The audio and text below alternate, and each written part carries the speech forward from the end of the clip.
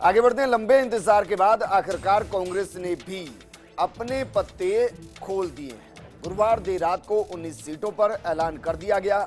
इस दौरान मारवाड़ की 5 सीटों पर भी उम्मीदवारों की घोषणा कर दी गई। जोधपुर से बीजेपी के गजेंद्र सिंह शेखावत को टक्कर देने के लिए कांग्रेस ने मुख्यमंत्री अशोक गहलोत के पुत्र वैभव को मैदान में उतारा है। पिछले कई महीनों से इसी नाम की ब्रांडिंग भी कांग्रेस जन लगातार कर रही थी।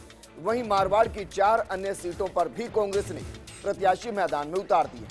मारवाड़ की 5 सीटों पर कांग्रेस प्रत्याशियों के गणित पर हम आपको एक एक्सक्लूसिव रिपोर्ट दिखा रहे हैं, जरा देखिए।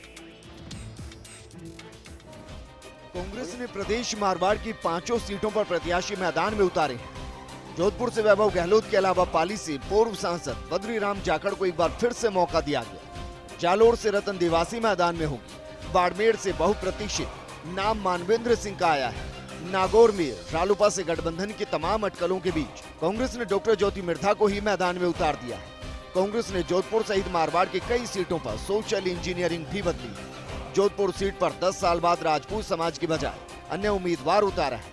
वहीं बाड़मेर में जाट उम्मीदवार की बजाय राजपूत समाज को प्रतिनिधित्व दिया गया है। जालोर में देवासी समाज के जरिए पिछड़ी जातियों को टारगेट करने के प्रयास है।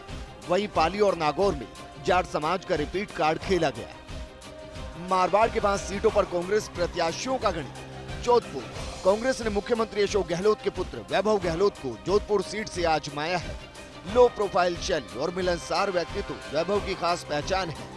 वैभव को अपने पिता की कर्मस्थली जोधपुर सीट पर विरासत के तौर पर काम करने का मौका मिला है। पिछले 4 दशक की राजनीति के दौरान गहलोत यहां से 5 बार सांसद रही हैं। 1999 के बाद से लगातार गहलोत विधायक है।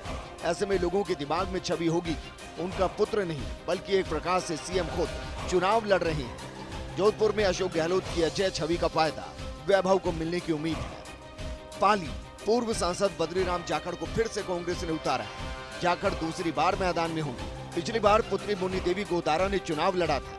जाखड़ 2009 में पाली लोकसभा से 1,96,000 से ज्यादा मतों से चुनाव जीते थे।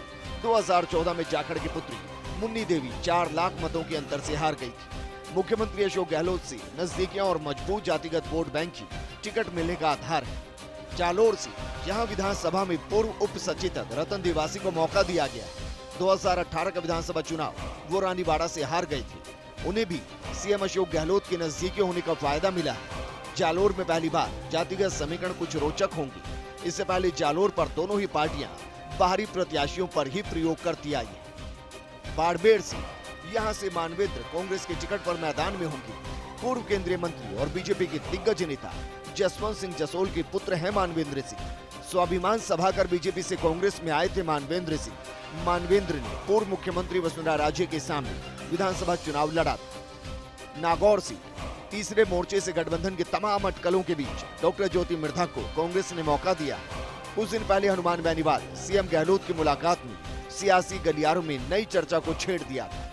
इसके बाद कई प्रकार के कयास लगाए जा रहे थे, लेकिन कांग्रेस ने ज्योति मिर्धा पर ही भरोसा जताया। ऐसे में अब देखना होगा कि धौरों की धरती मारवाड़ में सियासत का रेगिस्तानी जहाज यानी कि ऊंट इस बार किस करवट बैठता है और कांग्रेस का हाथ मजबूत होता है या फिर बीजेपी का कमल खिलता है।